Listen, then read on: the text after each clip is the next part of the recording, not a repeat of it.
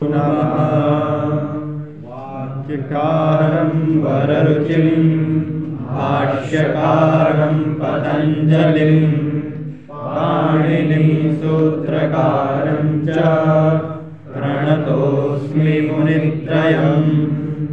नत्वा सरस्वतीं देवीं शुद्धां पुण्यां करोम्यहम् पाणिनीयप्रवेशाय लघुसिद्धान्तकौमुदीम्। श्रीगुरुभ्यो नमः। श्रीगुरुचरणकमलेभ्यो नमः। श्रीगुरुमातृचरणकमलेभ्यो नमः।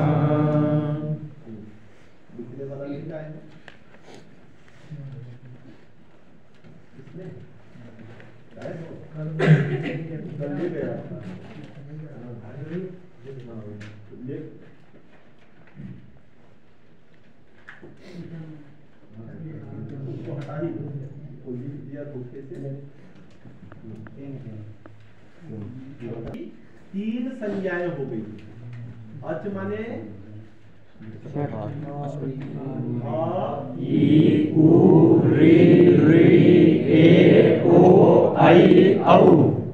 तो ऊकालो ह्रस्व दीर्घ प्लुतः नया हो गया।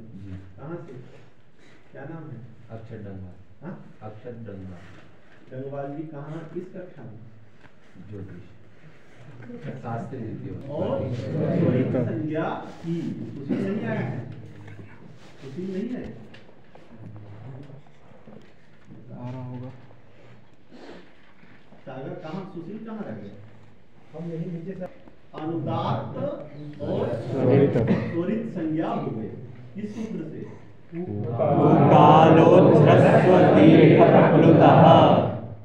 उसके नीचे भरतराजाचार्य जी पंक्ति लिखे हैं, सह प्रत्येकम उदात्तादिवेदेन। इसका अर्थ है वह माने कौन? वो लब्ध ह्रस्व दीर्घ संज्ञित संज्ञा अच। सह माने वह कौन? अच प्रत्येकम उदात्तादिभेदेन त्रिधा। प्रत्येकम उदात्तादिभेदेन त्रिधा। सह माने वह कौन? जिस अच ने ह्रस्व दीर्घ प्लुत संज्ञा को प्राप्त कर लिया है। वह अच उदात्त, अनुदात्त और स्वरित के भेद से तीन प्रकार का होता है। ठीक है? तो जैसे एक मात्री की कौन संज्ञा होगी? ह्रस्व कितने प्रकार के होंगे? तीन प्रकार के। उदात्त, अनुदात्त, स्वरित। द्विमात्रिक की कौन संज्ञा होगी? दीर्घ।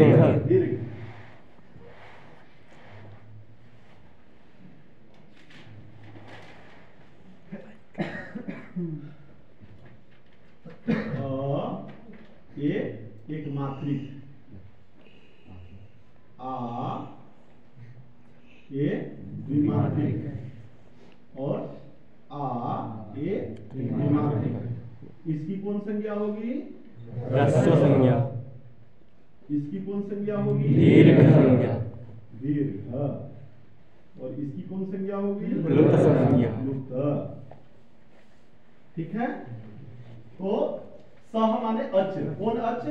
लब्ध ह्रस्व दीर्घ प्लुत संज्ञा अच। जिस अच ने ह्रस्व संज्ञा को, दीर्घ संज्ञा को, प्लुत संज्ञा को प्राप्त कर लिया है, वह अच तीन प्रकार का होता है। किस? उदात्त, अनुदात्त, स्वरित के भेद से। ह्रस्व कितने प्रकार के होंगे? कौन? ह्रस्वोदात्त, ह्रस्वानुदात्त, ह्रस्वप्लुत। अनुदात्त और स्वरित। दीर्घ भी कितने प्रकार के होंगे? 3 प्रकार। और प्लुत भी कितने प्रकार के होंगे? 3 प्रकार के। अभी तक अ के कितने भेद हुए? 3। कौन कौन? ह्रस्व उदात्त। अ कितने ह्रस्व कितने प्रकार का होगा? 3 प्रकार का। ऐसे बोलो, ह्रस्व उदात्त, ह्रस्व अनुदात्त, ह्रस्व स्वरित। ह्रस्व स्वरित। दीर्घ कितने प्रकार के होंगे? 3 प्रकार के। दीर्घ उदात्त, दीर्घ अनुदात्त, दीर्घ स्वरित। ठीक क्रम से बोल। दीर्घ उदात्त, दीर्घ अनुदात्त, दीर्घ स्वरित।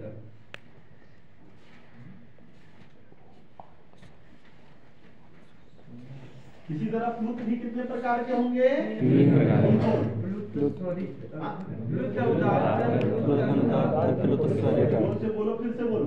अब यहाँ से ह्रस्व उदात्त, ह्रस्व अनुदात्त, ह्रस्व स्वरित, दीर्घ उदात्त, दीर्घ अनुदात्त, दीर्घ स्वरित,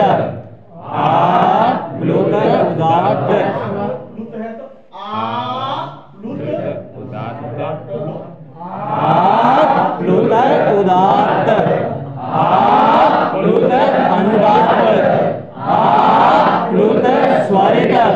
ये 3 प्रकार के होते हैं। ठीक है, तो प्रत्येक प्रत्येक माने ह्रस्व भी 3 प्रकार का, दीर्घ भी 3 प्रकार का, प्लुत भी 3 प्रकार का। इसी जगह अ के जगह पे अगर ई ले तो ई भी कितने प्रकार के? ई ह्रस्व इकार कितने प्रकार के? कौन कौन? अ के जगह पे ह्रस्व ई उदात्त, ह्रस्व ई अनुदात्त, ह्रस्व ई स्वरित। हाँ, दीर्घ ई उदात्त, दीर्घ ई अनुदात्त, दीर्घ ई स्वरित। प्लुत ई उदात्त, प्लुत ई अनुदात्त, प्लुत ई स्वरित। अभी तक ह्रस्व कितने प्रकार के हुए? 3 प्रकार के। दीर्घ कितने प्रकार के हुए? 3 प्रकार के। प्लुत कितने प्रकार के हुए? 3 प्रकार के। फिर से बोलो। पिटाई करेंगे कन्नू। ह्रस्व कितने प्रकार के? कौन कौन?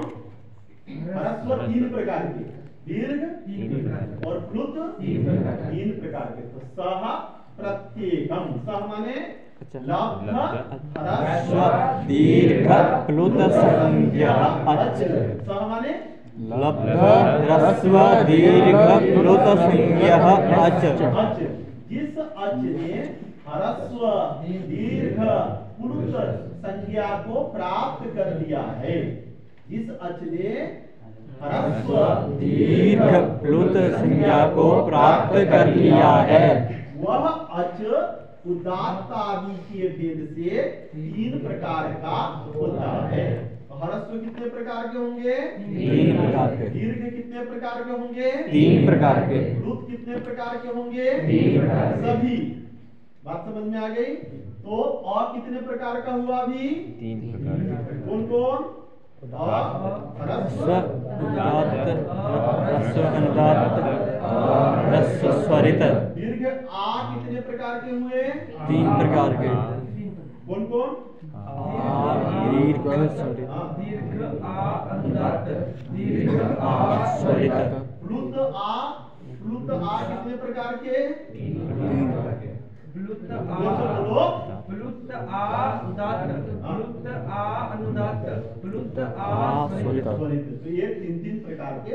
तो सह माने वह कौन? जिस लब्ध, ह्रस्व, दीर्घ प्लुत संज्ञा अच। तो सह माने वह कौन? लब्ध, ह्रस्व दीर्घ प्लुत संज्ञा अच। जिस अच ने ह्रस्व दीर्घ प्लुत संज्ञा को प्राप्त कर लिया है, वह अच 3 उदात्त आदि के भेद से 3 प्रकार के होते हैं। आई बात समझ में? तो सह प्रत्येकम उदात्त आदि भेदेन अब उदात्त किसको कहते हैं, अनुदात्त किसको कहते हैं, स्वरित किसको कहते हैं, उसके लिए सूत्र आ रहा है। उच्चैरुदात्तः, यह उदात्त संज्ञा करने वाला है। उदात्त संज्ञा करने वाला सूत्र कौन है, उच्चैरुदात्तः। उच्चैरुदात्तः, उदात्त संज्ञा करने वाला सूत्र उच्चैरुदात्तः। उच्चैरुदात्तः। इस सूत्र में दो पद हैं, उच्चैहि ये अव्यय पद है, उदात्तः ये प्रथमांत पद है। इस सूत्र में दो पद हैं, कौन कौन, उच्चैहि उच्चैहि प्रथमांत पद है, अव्यय। उच्चैहि ये अव्यय पद है और उदात्तः यह प्रथमांत पद है। प्रथमांत पद है। और अचश्च इस सूत्र से अच की अनुवृत्ति आती है।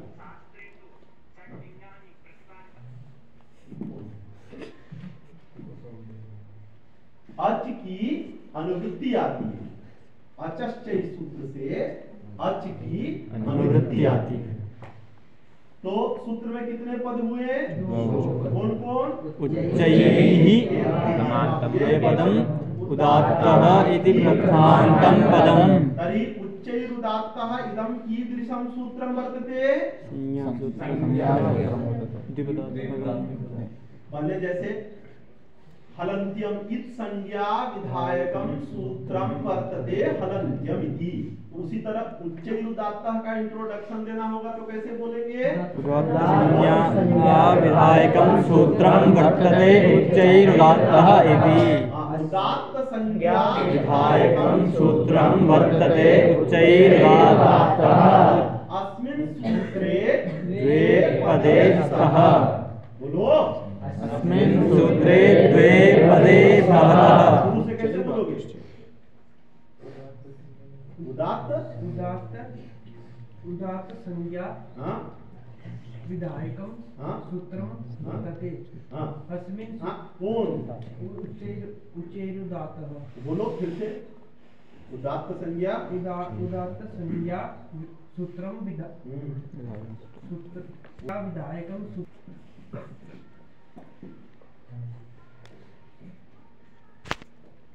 माता पिता उधर आश लगा करके बैठे हुए कि हमारा बेटा हमारी बेटी पढ़ करके अच्छा बनेगा, निःशुल्क कक्षा चलती है, बीमार भी है तो कितना कदम, 10 कदम होगा, बुखार भी है तो आकर के बैठना भी तो है, पत्थर तोड़ना है, पत्थर तोड़ना है क्या, बच्चों को बुरा लगता है। इसलिए मैंने सोचा हूँ एक्स्ट्रा क्लास में जो नहीं आएगा उसके गार्जियन को फोन करके अपने गार्जियन को बताए तो सही कि हम नहीं पढ़ रहे हैं, सोते सूत्रा तालवादी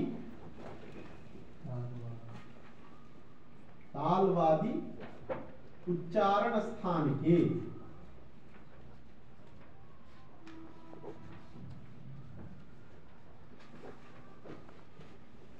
ऊपरी भाग से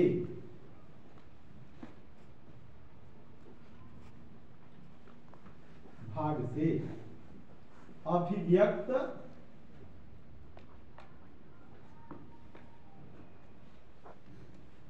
होने वाले अच की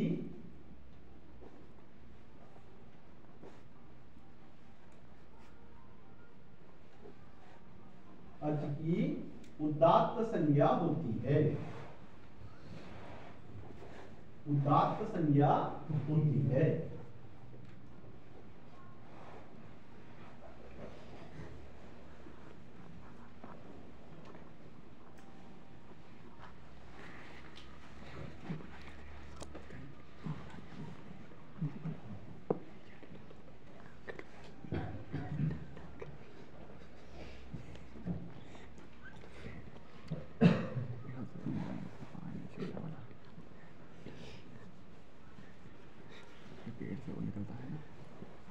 ये जो है ये व्यक्ति है, व्यक्ति कैसे बोलता है, तो ये है इसका आत्मा, मस्तिष्क। इस आत्मा में पहले अर्थ को समेट लेता है, इधर माथे में, ये जैसे घट बोलना है ना, पहले इसको क्या कर लिया, घट को लाए, अब इधर ये जो है इसका सीना, इसमें यहां से लेकर के और पेट से एक नली आती है, नली आती है। तो सबसे पहले 1 नंबर में क्या किया, आत्मा ने अर्थ को समेट लिया। अर्थ समेटने के बाद में इधर ही सीने में ये मन है, इस आत्मा ने मन के साथ संयोग किया, संबंध कर।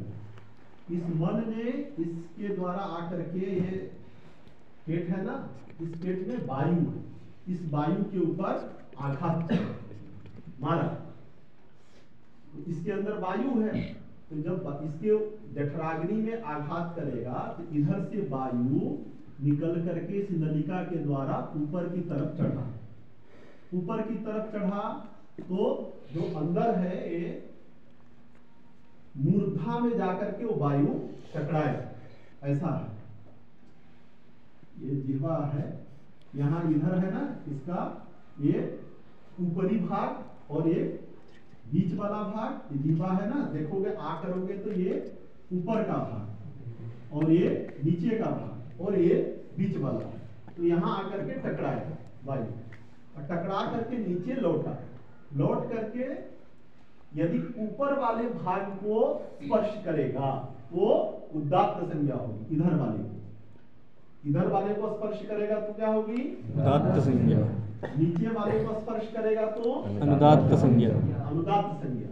किसी को ड्राइंग बनाने आता है? हाँ? आता है?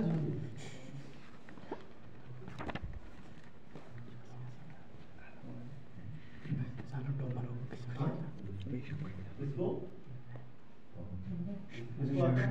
अरे आता है तो बोलो आता है, नहीं आता है तो नहीं आता है। नहीं आता। ऐसा है मुख की स्थिति ऐसी है।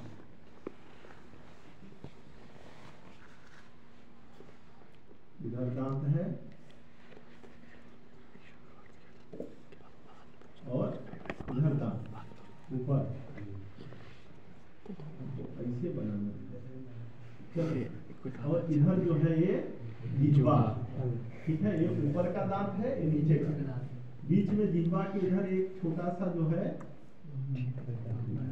लोलक, छोटा सा, और इसके अंदर से इधर ये पेट वगैरह, इधर से वायु जाता है, वायु से इधर से वायु चढ़ते हुए, और अगर ऊपरे वाले भाग को स्पर्श करेगा तो उदात्त संज्ञा, और नीचे वाले को अगर स्पर्श किया तो अनुदात्त संज्ञा, और बीच में थोड़ा खाली जगह है ना, बीच वाले को यदि स्पर्श किया तो स्वरित संज्ञा। उदात्त, अनुदात्त और स्वरित। तो कैसे उच्चारण होता है वर्णों का? सबसे पहले आत्मा बुद्धि के द्वारा अर्थ को समेट लेता है, फिर बोलने की इच्छा से मन जठराग्नि को आघात करता है। ये इसके अंदर वायु भरा हुआ है। जब कोई बैलून है उसके ऊपर ऐसे जोर से करेंगे तो, ऐसे आघात करेंगे तो क्या होगा? फटेगा। मजबूत हो तो जंप करेगा ऊपर की तरफ, फटेगा नहीं, जंप करेगा। तो इसमें पूरा वायु भरा है, तो ये इतना जल्दी नहीं, ऐसे आघात करेंगे तो जो है फट जाता है, तो फटेगा नहीं, ये बाउंस जंप करेगा। ऐसे पेट पे हाथ रखो जी, पचकाना नहीं, नॉर्मल छोड़ करके टाइट हो जाओ ना, उसको पचकाना नहीं है, नॉर्मल छोड़ो, टाइट होकर के नॉर्मल छोड़ो,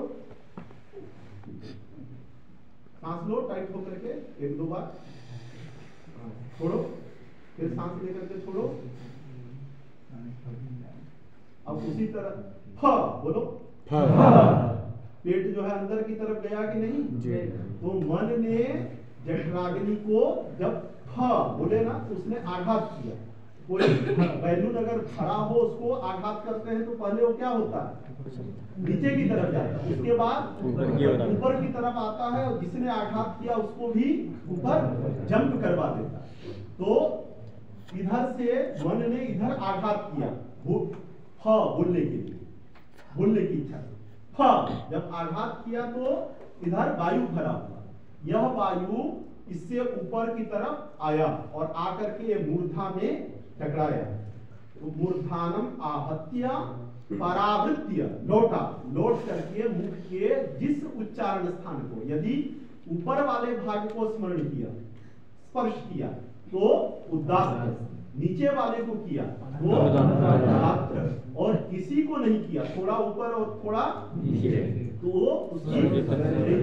तो तालवादी उच्चारण स्थान के ऊपरी भाग से, ऊपरी भाग माने ये दांत के ऊपरी भाग, ऊपरी भाग कौन है?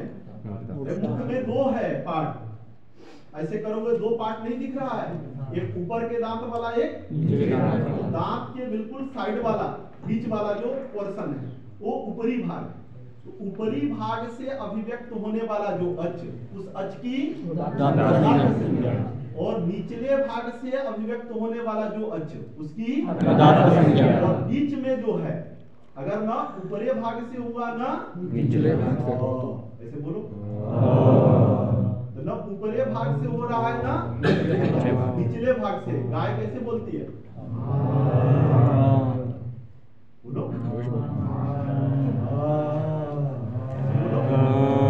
बड़ा करके, अधिक ऊपर वाले को स्पर्श कर रहा है ना, तो अधिक नीचे वाले को। ये किसको? दोनों को, बीच से निकल रहा है, इसलिए स्वरित होगा। और अ, ऐसे बोलो, वो ये किसको स्पर्श कर रहा है? वो ऊपरी वाले भाग को। तो तालवादी स्थान के ऊपरी भाग से निष्पन्न जो अच, उसकी उदात्त संज्ञा होती है। तो उच्चारण स्थान कहते हैं यहाँ से लेकर के और ओष्ठ तक। उच्चारण स्थान कहाँ से? कंठ से लेकर के ओष्ठ तक उच्चारण स्थान। इसमें दो भाग है, एक निचला भाग और एक ऊपरी भाग। उच्चारण स्थान कहाँ है? कंठ से लेकर के ओष्ठ तक उच्चारण स्थान। उसके ऊपरी, उसमें दो पार्ट है, एक ऊपरी भाग और दूसरा निचला भाग। तो तालवादी उच्चारण स्थान के ऊपरी भाग, ऊपरी भाग बोले करनो दिखाना, हाँ, वो ऊपरी भाग से अभिव्यक्त होने वाला जो अच, उस अच की उदात्त संज्ञा। तो ऊपरी भाग से कब अच अभिव्यक्त होता है? जब वायु ऊपर वाले पार्ट को टच करेगा, तो ऊपरी भाग से अच की अभिव्यक्ति होगी। यदि कहां से निकलने वाला वायु? तो आत्मा बुद्धिया समेत्यर्थान मनः युंक्ते विवक्षया मनः कायाग्निमाहन्ति सप्रेरयति मारुतम् मारुतस्फुरसी चरण मंदम ज्वलयते स्वरम। यह वायु ऊपर की तरफ चढ़ा, चढ़ करके मूर्धा से आघात किया, आघात करके फिर लौटा। जैसे इधर से बहुत जोर से हवा करोगे, अगर सामने दीवार है, वो हवा बैक होगा कि नहीं होगा ना? इधर से भी चूंकि जोर से मन ने आघात किया है, तो इधर से वायु उठी और जाकर के इधर टकरा गया, टकरा करके फिर वो नीचे आए, तो बीच में स्पेस मिला ना, मुख के अंदर स्पेस है कि नहीं? तो यदि वह ऊपरी भाग को टच किया तो उदात्त संज्ञा, निचले भाग को टच किया तो अनुदात्त संज्ञा, और न ऊपर वाले को किया ना नीचे वाले को किया तो उच्चैरुदात्तः। तालवादी स्थान के ऊपरी भाग से निष्पन्न जो अच, उसकी उदात्त संज्ञा होती है। उदात्त संज्ञा किसकी होती है? ऊपरी भाग से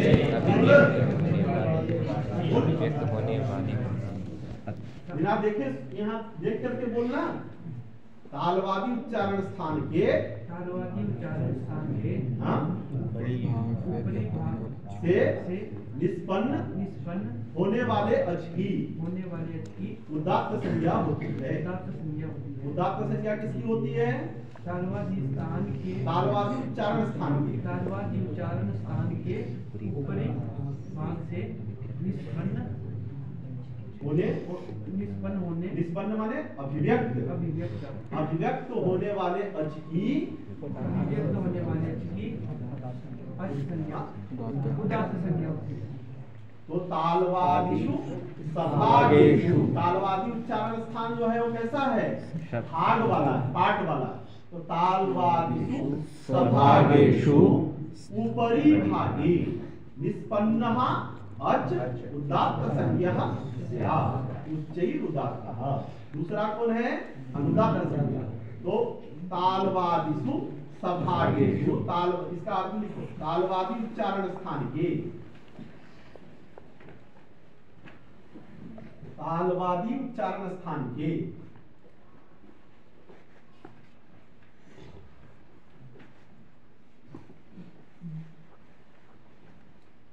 निचले भाग से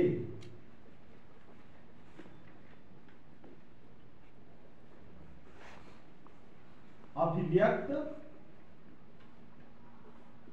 होने वाले अच की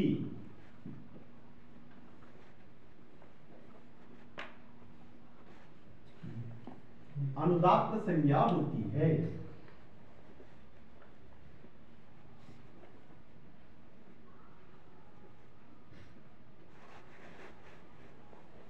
ठीक है? तो तालवादी उच्चारण स्थान के निचले भाग से अभिव्यक्त होने वाले अच की अनुदात्त संज्ञा होती है। ठीक है? सब लिख लिए। बोलो, अनुदात्त संज्ञा किसकी होती है?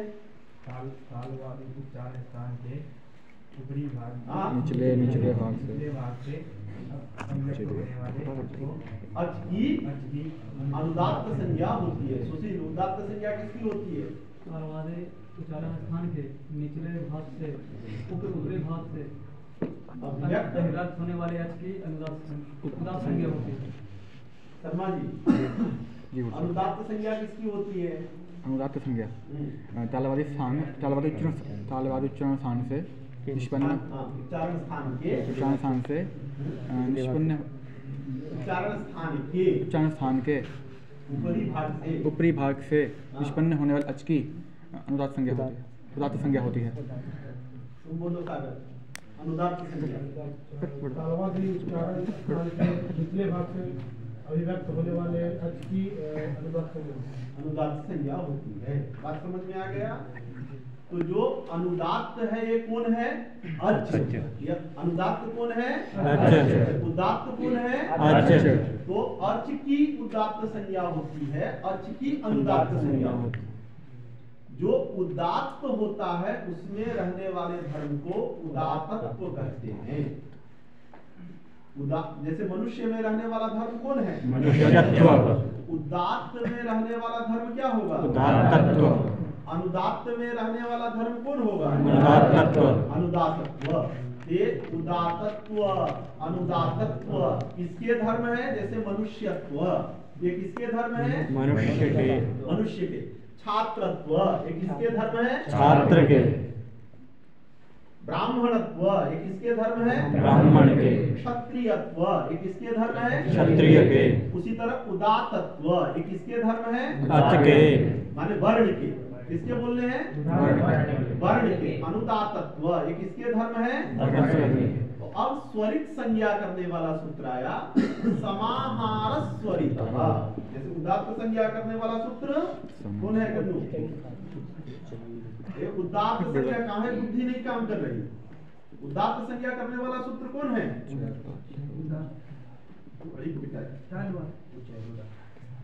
मत बोलो। उदात्त संज्ञा करने वाला सूत्र कौन है?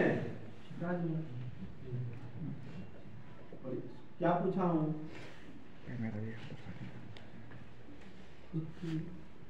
अरे कि पूछा क्या हूं वो बोलो। क्या पूछा हूं? उदात्त संज्ञा करने वाला सूत्र क्या पूछा हूं? खेत का एक ऐसा है, एक इधर खेत है, ठीक है, ये बीच में पगडंडी और एक इधर खेत है, इधर खेत। एक खेत का जो बीच है इस पे यदि अगर कोई वृक्ष जो है उग गया तो ये किसका है? सुशील कर दोनों का होगा ना। उसी तरह इसका माने इस ये वाले का भी ये वृक्ष है और बी वाले का भी वृक्ष है, दोनों का है ना। तो इसी तरह बीच से तालवादी उच्चारण स्थान के बीच से, बीच वाला दिखा देखे हो आप, जोर से करो, वो बीच वाला है जो स्पेस है। एक तो ऊपर पार्ट जो है और एक नीचे है और एक बीच वाला, जैसे बोलो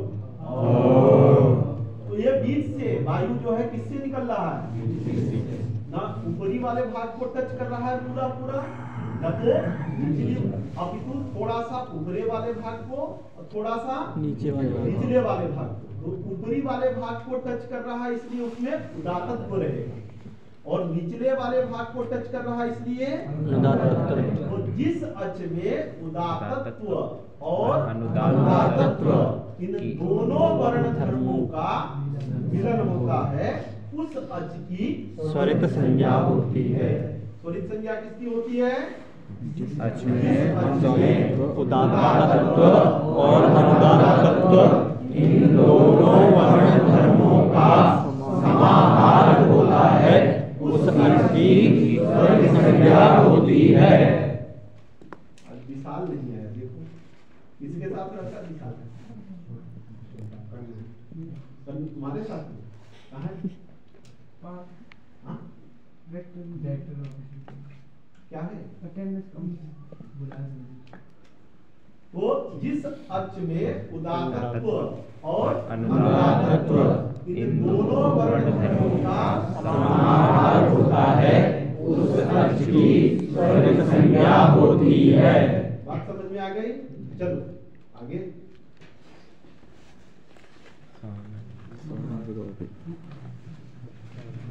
समाहारस्वरितः, उसके बाद नहीं है कुछ लिखा। स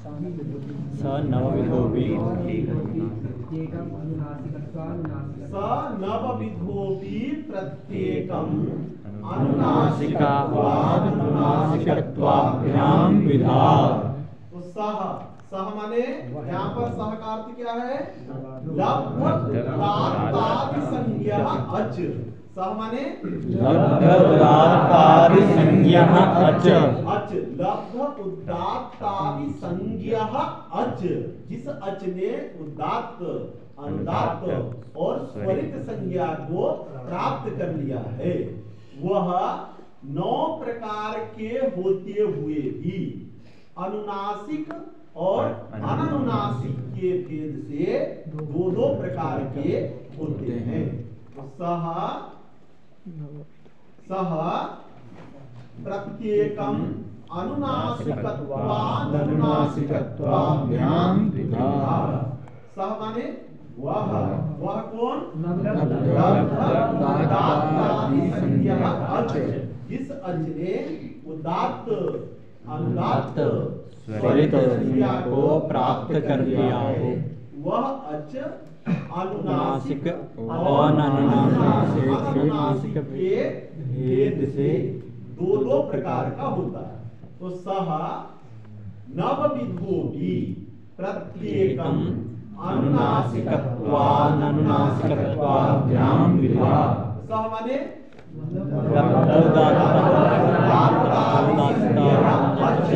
नवविधः सन्नपि प्रत्येकम् अनुनासिकत्वानुनासिकत्वाभ्यां विधात्। बात समझ में आ गई? अब इसमें लघु पंक्ति कितने पढ़ लिए हो? लघु पंक्ति कौन कौन पढ़े हो पहले? कोई नहीं पढ़े हो?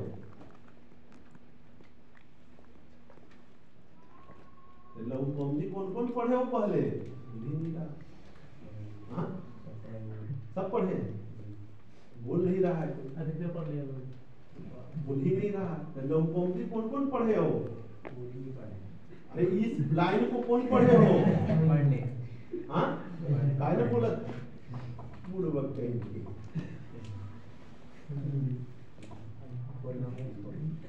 कौन तो भैया कौन है? कोई नहीं सुना हवा से। हाँ? बड़ी तेज आंधी चल रही है।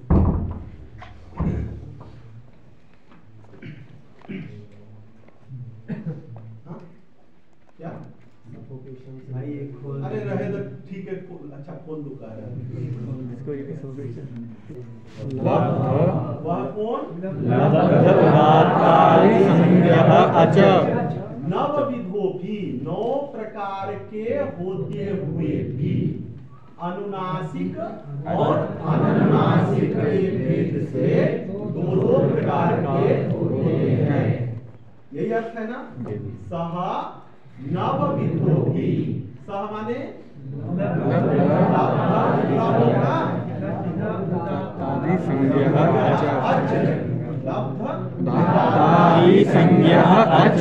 जिसने उदात्तादि संज्ञा को प्राप्त कर लिया है, वह अच 9 प्रकार के होते हुए भी अनुनासिक और अनुनासिक के भेद से 2 प्रकार के होते हैं। ये अर्थ है। अब यहाँ समस्या है। वरदराजाचार्य जी ने कहा सह यानी अच 9 प्रकार। तो इसके मतलब है कि अभी तक अच कितने प्रकार के हो चुके हैं? 9 प्रकार। देखते हैं हम कैसे 9 प्रकार का हुआ है। तो पहले ह्रस्व कितने प्रकार के हुए थे? 3। कौन कौन?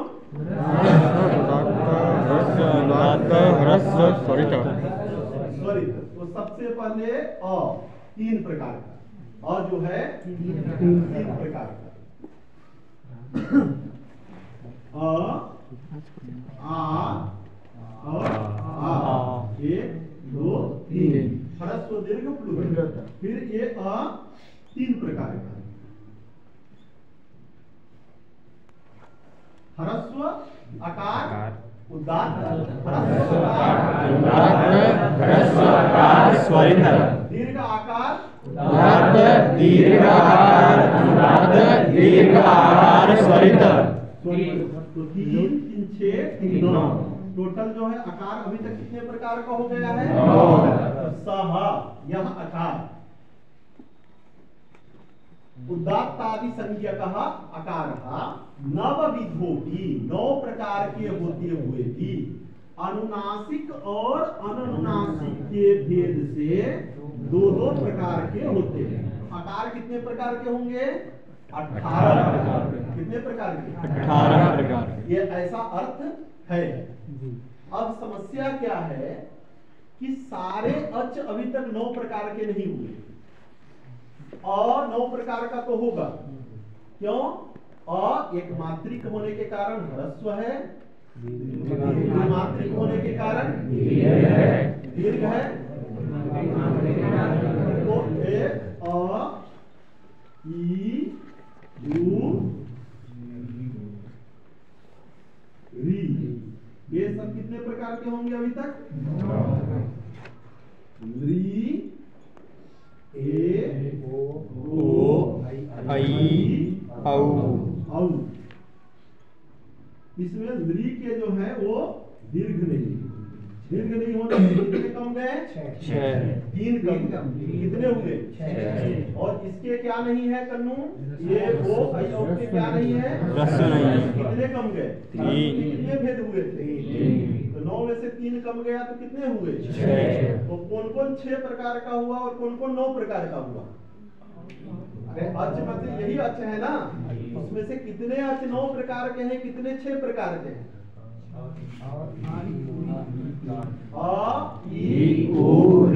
कितने प्रकार के हैं? इसके भी 3 हैं। ह्रस्व दीर्घ के भी कितने हैं? कौन कौन?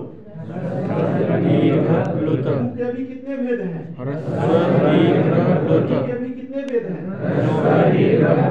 लेकिन ली के वही भेद हैं, ह्रस्व और क्या नहीं है? दीर्घ नहीं है। तो ली कितने प्रकार का होगा? 6 प्रकार। ये के क्या नहीं है? ह्रस्व नहीं है। तो इसके कितने भेद होंगे? 6। कौन कौन? दीर्घ और प्लुत। तो 3 दीर्घ और 3 प्लुत। तो 3 + 3 कितने हुए? 6। तो सारे अच तो 9 प्रकार के हैं नहीं। तो सह नवविधो भी प्रत्येकम अनुनासिकत्वाभ्याम विधा। एक कैसे वरदराजाचार्य जी ने सारे 9 प्रकार के हैं? कौन कितने 9 प्रकार के हैं? सारे अच 9 प्रकार के नहीं है। अच में से अ, ई, उ, ऋ ये 9 प्रकार के हैं, और री, ए, ओ, ऐ, औ ये 6 प्रकार के हैं। री क्यों 6 प्रकार के हैं? क्योंकि इसके दीर्घ नहीं होते। तो दीर्घ के कितने प्रकार हुए थे? दीर्घ, उदात्त, दीर्घ अनुदात्त, दीर्घ स्वरित। 9 में से 3 कम जाएंगे तो कितने होंगे? 6। तो ये कितने प्रकार का होगा? 6। री कितने प्रकार के होंगे? 6। ओ कितने प्रकार के होंगे? 6। क्यों? वो कल्लू बताएगा। ओ क्यों 6 प्रकार का है? कौन इन तीनों में से कौन नहीं है ओ का? ये ह्रस्व है। ये उनके मतलब पिटाई करेंगे, बुद्धि आजकल काम नहीं कर रही है। ये दीर्घ है और ये प्लुत है। तो नहीं है कि प्लुत नहीं है? कौन नहीं है एक का? हाँ? तो एक के 2 ही भेद होते हैं। कौन? दीर्घ और प्लुत। ओ के भी कितने भेद होते हैं? कौन कौन? एक मात्रिक एकार नहीं होता, एक मात्रिक ओकार नहीं होता, एक मात्रिक ऐकार नहीं होता, एक मात्रिक अवकार नहीं होता। ये ओ, ऐ, औ इनके क्या नहीं होते हैं? ह्रस्व नहीं होते हैं। जैसे ह्रस्व नहीं होता वैसे कितने माइनस हो जाएंगे? 3। कौन कौन? ह्रस्व, उदात्त, ह्रस्व, स्वरित। माइनस हो जाएंगे। माइनस हो जाएंगे तो ये कितने प्रकार के होंगे? नीचे वाले 5। 6। तो अब जो है 4 ही 9 प्रकार के हो रहे हैं, और 6 5 6 जो है 5 कितने प्रकार के हो रहे हैं? क्या लिखना चाहिए? सह नवविधः षड्विधश्च प्रत्येकम अनुनासिकत्वाभ्याम विधा, ऐसा लिखना चाहिए। वह अच 9 प्रकार और 6 प्रकार के होते हुए अनुनासिक और अनुनासिक के भेद से 2 प्रकार के होते हैं। लेकिन क्या लिख दिए जल्दीबाजी में? तो सभी अच 9 प्रकार के हैं। सह नवविधो की सारे अच 9 प्रकार के हैं। अक्षु केचन अचः नवविधाः, केचन अचः षड्विधाः, सर्वे अचः नवविधाः षड्वी। जब नहीं है 9 प्रकार के तो सह नवविधोऽपि प्रत्येकम अनुनासिकत्वाभ्याम विधा। ये कैसे लिखा? क्या लिखा है पुस्तक में? सह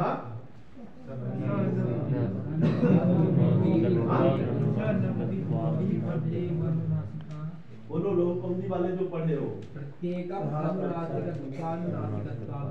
सह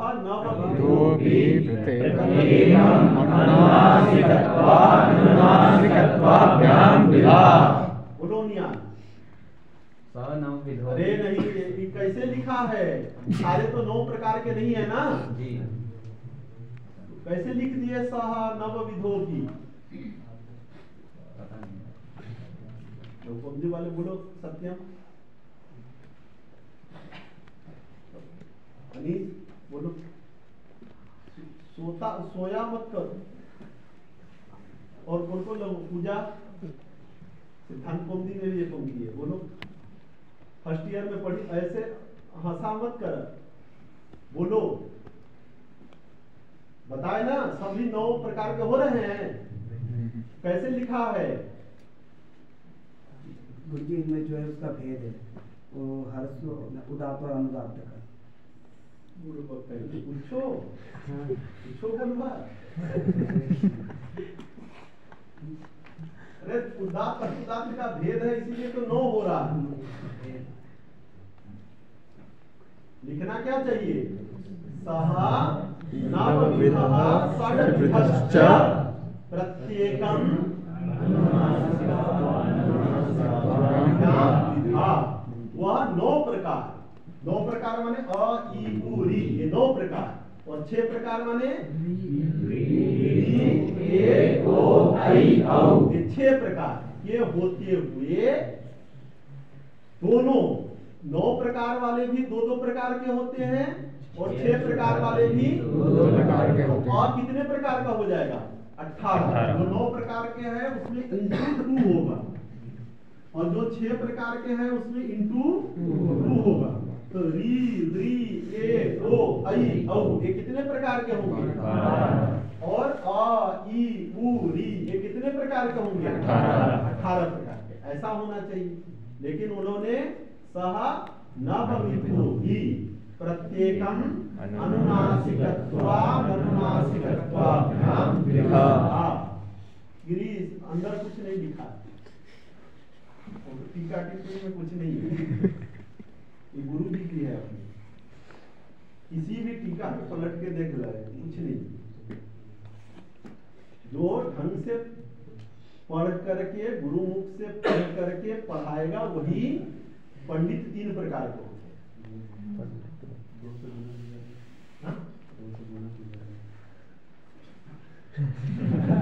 क्योंकि यह 9 जो है ना वो अनुनासिक, 2 माने ये 2 को ऐसे कर दो, अनुनासिक और अननुनासिक के भेद से 2-2 प्रकार का तो बताएंगे आपको। तो पंडित 3 प्रकार के होते हैं। ये विषय के पंडित माने व्याकरण विषय का अच्छा पंडित, एक होता है ग्रंथ के पंडित, पूरे विषय का तो नहीं लेकिन पार्टिकुलर एक ग्रंथ के बहुत अच्छे पंडित, और एक होता है पंक्ति का पंडित, एक लाइन का पंडित। जो पंक्ति का पंडित होता है वो पढ़ाने वाला पंक्ति का पंडित होता है, जिसको विद्या बच्चे प्रत्येक लाइन के एक जो लाइन लिखा है ना उसका मर्म बताए, तत्व बताए। तो ग्रंथ के पंडित कौन होते हैं? जो मंच वगैरह पे भाषण देते हैं ना, वो एक टॉपिक नहीं लेते, पूरे व्याकरण के ऊपर आपको बता देगा कि व्याकरण में पद संज्ञा है, संधि है, ये है वो है, खूब अच्छा बताए। तो किसके पंडित? ग्रंथ के पंडित। किराना दुकान देखे हो ना, वो भी 3 प्रकार का होता है। एक ऐसा किराना दुकान जो केवल चीनी का ही है ना, वो एक किराना दुकान। एक है जो चीनी भी मिलता है और सब कुछ मिलता है थोड़े से अधिक मात्रा, वो दूसरा। और एक जनरल स्टोर होता है जिसमें 5 केजी चीनी है, 5 केजी आटा है, 5 केजी चावल है, उसमें थोड़ा थोड़ा सब मिलता है ना। उसी तरह पंडित कितने प्रकार के होते हैं? विषय के पंडित और पंक्ति के पंडित। वो अच्छा पंडित कौन माना जाता है? जो एक लाइन के मर्म पूरे सभी ग्रंथ के एक पंक्ति को समझे। इसलिए पंक्ति का पंडित बनना चाहिए जीवन में, ग्रंथ का अथवा विषय का पंडित। ग्रंथ और विषय का पंडित हल्का होता है और पंक्ति का पंडित माने वो मर्म समझता है कि इस लाइन का क्या मीनिंग है, इसको समझता है। बात समझ में आ गई? तो यहाँ पर वरदराजाचार्य, भट्टोजी दीक्षित सभी लोगों ने 6 प्रकार वाला नहीं लिखा। बात समझ में आ गई? तो इतनी बड़ी गलती कैसे हो सकती है? वो तो आचार्य है, आचार्य कभी त्रुटि नहीं करते। त्रुटि होती है हमारी बुद्धि में जो हम नहीं समझ पाते। आचार्य कभी त्रुटि नहीं करते। तो हमको क्या लगता है कि सह नवविधः षड्विधश्च प्रत्येकम अनुनासिकत्वानुनासिकत्वाभ्याम द्विधा, ऐसा लिखना चाहिए। लेकिन उन्होंने लिखा क्या है? सह नवविधो हि प्रत्येकम अनुनासिकत्वानुनासिकत्वाभ्याम द्विधा। वह 9 प्रकार का, मोबाइल मत चलावा, रिकॉर्डिंग हो रही है, किसी से ले लेना। वह 9 प्रकार के होते हुए अनुनासिक और अननुनासिक के भेद से 2-2 प्रकार के होते हैं। बात समझ में आई? अब इस पंक्ति का कैसे बोलो पूजा बता रही थी ना कुछ? हाँ माधुरी, तुम भी पढ़ के आई। प्रत्येकम अननुनासिकत्वानुनासिकत्वाभ्याम विधा, वह 9 प्रकार के होते हुए, वह कौन? अच। कैसा अच? जिस अच में उदात्त संज्ञा को प्राप्त किया है, वह अच 9 प्रकार के होते हुए अनुनासिक और अनुनासिक के भेद से 9 प्रकार का होता है। ऐसा लिखा। उसके ऊपर डाउट है कि गुरुजी सारे अच तो 9 प्रकार के नहीं होते हैं। अच में 9 वर्ण है, अ, ई, उ, री, ए, ओ, आई, औ, ये 9 वर्ण है। उसमें से अ, ई, उ, री, ये तो 9 प्रकार के होते हैं, लेकिन री, ए, ओ, आई, औ, ये 9 प्रकार के नहीं होते। क्यों? क्योंकि री का दीर्घ नहीं, ली का दीर्घ नहीं होता। तो कितने भेद कट जाएंगे? 3। तो ली के कितने भेद होंगे? ह्रस्व और प्लुत। तो 3 ह्रस्व और 3 प्लुत। तो 3 + 3 = 6। तो ली कितने प्रकार का हुआ? ये के भी ह्रस्व नहीं होते। कितने कट जाएंगे ह्रस्व वाले? 3। तो ए का कितना भेद होगा? 2, दीर्घ और प्लुत। तो दीर्घ के कितने भेद हैं? 3। और प्लुत के कितने भेद हैं? 3। तो ये भी कितने प्रकार के होंगे? 6। ये, ओ, आई, और ये 6 प्रकार के, क्योंकि इसके ह्रस्व नहीं है। जैसे ह्रस्व माइनस हुआ वैसे 3 जो है कट जाएगा। तो कितने बचेंगे? 6। तो ये, ओ, आई, औ, ये कितने प्रकार के होंगे? 6 प्रकार के होंगे। तो अब अच में 2 प्रकार देखा गया। कुछ अच जो है 9 प्रकार के और कुछ अच 6 प्रकार के। तो दोनों लिखनी चाहिए ना, आपने एक लिखी। सह नव विधो भी, सारे अच तो 9 प्रकार के नहीं है। तो फिर आपने कैसे कहा कि सब अच 9 प्रकार के होते हुए अनुनासिक और अनुनासिक के भेद से 2 प्रकार का होता है? क्या लिखना चाहिए? वह अच 9 प्रकार और 6 प्रकार के होते हुए अनुनासिक और अनुनासिक के भेद से 2 प्रकार का होता है। ऐसा लिखना चाहिए। तो एक वाला आपने छोड़ दिया, ये प्रश्न है। उसका समाधान बता रहे हैं कि आचार्य कभी त्रुटि नहीं, त्रुटि कहाँ होती है? हमारे बुद्धि में। हम नहीं समझ पाते आचार्य की भाषा को, जिसके कारण हमें त्रुटि लगती है, लेकिन आचार्य त्रुटि नहीं करते। यहाँ इसको सबको साफ करें ना, समझ में आ गया ना?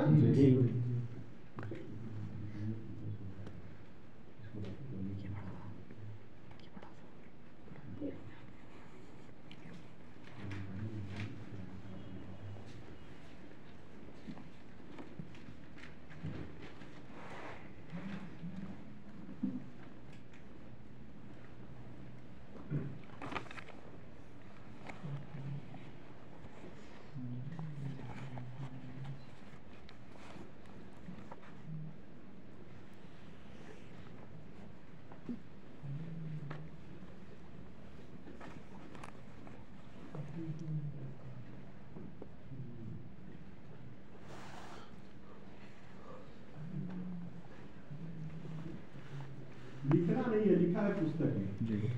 ऐसा इसमें अपी शब्द है ना। अपी का अर्थ होता है और। अपी माने और।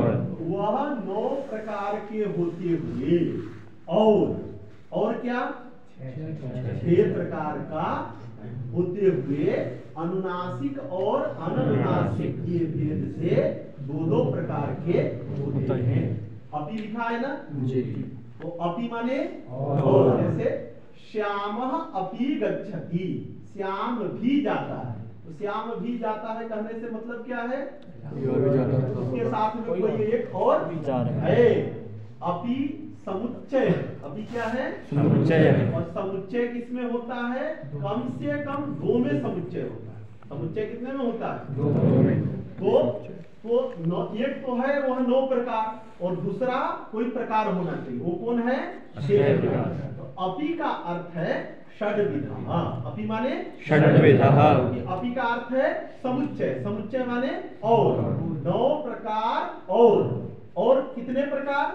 तो 6 प्रकार। तो वह अच 9 प्रकार और अपि माने और 6 प्रकार के होते हुए प्रत्येक 9 वाला भी और 6 वाला भी अनुनासिक और अननुनासिक के भेद से 2-2 प्रकार के होते हैं। तो अपि के द्वारा षड्विधः एक ग्रंथकार ने कहा।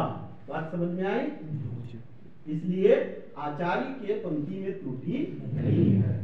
तो जो 6 प्रकार का है वो भी अनुनासिक और अननुनासिक के भेद से 2-2 प्रकार के होंगे। जो 9 प्रकार के हैं वो भी अनुनासिक और अननुनासिक के भेद से 2-2 प्रकार के होंगे। तो एक जो है 9 प्रकार वाला और एक 6 प्रकार वाला लिख रहा हूं। अब सब लोग इसको घर से टेबल बना करके ले आना। जैसे अ हुआ तो यह अ पहले 3 प्रकार का।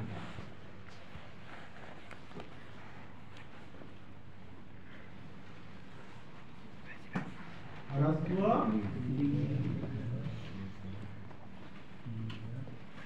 दीर्घ और लुत। ठीक है। यह ह्रस्व भी 3 प्रकार का। कौन कौन? उदात्त,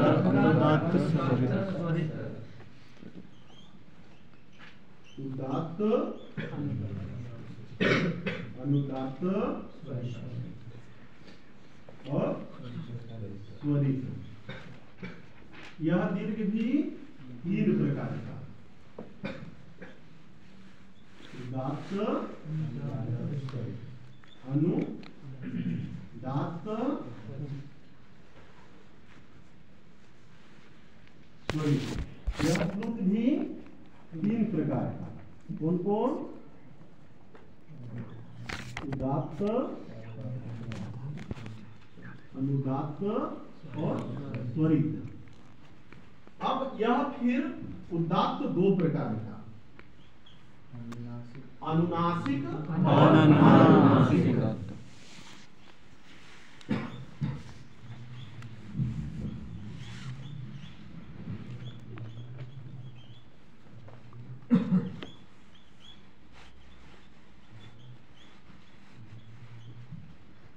यह भी 2 प्रकार का। कौन कौन? और अनुनासिक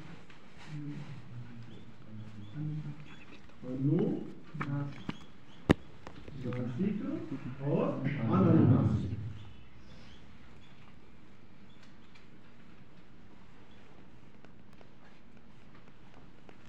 यह भी स्वरित 2 प्रकार का। अनुनासिक, यह भी 2 प्रकार का। अनुनासिक, यह भी 2 प्रकार होते हैं। 18। इन 4 वर्णों के कितने प्रकार होते हैं? 18। और इसके जगह पे यदि री लिख दे तो कन्नू बताएगा। कौन माइनस होगा कन्नू इसमें से? बड़ी पिटाई कर फिर कौन माइनस होगा? री के क्या नहीं होते हैं तो दीर्घ माइनस हो जाएगा। तो दीर्घ कितने प्रकार का हुआ? 6 प्रकार का। 18 में से 6 हट गया तो कितने बचे? 12। तो 12 कौन कौन होगा? ली का भेद ली, ह्रस्व, उदात्त, अनुनासिक। ली, ह्रस्व, उदात्त, अनुनासिक। ली, ह्रस्व, उदात्त, अनुनासिक। ली, ह्रस्व, उदात्त, अनुनासिक। ली, ह्रस्व, स्वरित, अनुनासिक। ली, ह्रस्व, स्वरित, अनुनासिक। 6 ली, प्लुत, उदात्त, अनुनासिक। ली, प्लुत, उदात्त, अनुनासिक। ली, प्लुत, उदात्त, अनुनासिक। ली, प्लुत, उदात्त, अनुनासिक। ली, प्लुत, स्वरित, अनुनासिक। ली, प्लुत, स्वरित, अनुनासिक। 6 जो है हर्ष के भेद हुए और 6 जो है प्लुत के भेद हुए। तो नृकार कितने प्रकार के हुए? 12। इसी तरह अगर इसके जगह पे ए लिखिए, ए तो कौन माइनस होगा? 6। तो क्या होगा ये दीर्घ उदात्त अनुनासिक, दीर्घ उदात्त अनुनासिक, ए दीर्घ अनुदात्त अनुनासिक, ए दीर्घ अनुदात्त अनुनासिक, ए दीर्घ स्वरित अनुनासिक, ए दीर्घ स्वरित अनुनासिक, ए प्लुत उदात्त अनुनासिक, ए प्लुत उदात्त अनुनासिक, ए प्लुत उदात्त अनुनासिक, ए प्लुत अनुदात्त अनुनासिक, ए प्लुत स्वरित अनुनासिक, ए प्लुत स्वरित अनुनासिक। कितने हुए? 12। ये एकार उकार ऐकार औकार के 12 भेद होंगे। बात समझ में आ गई? ठीक है। ये अब अनुनासिक किसको कहते हैं, उसके लिए आगे अनुनासिक संज्ञा करने वाला सूत्र आ रहा है। मुखनासिका वचनोनुनासिकः। ये आप कल पढ़ना जाओ।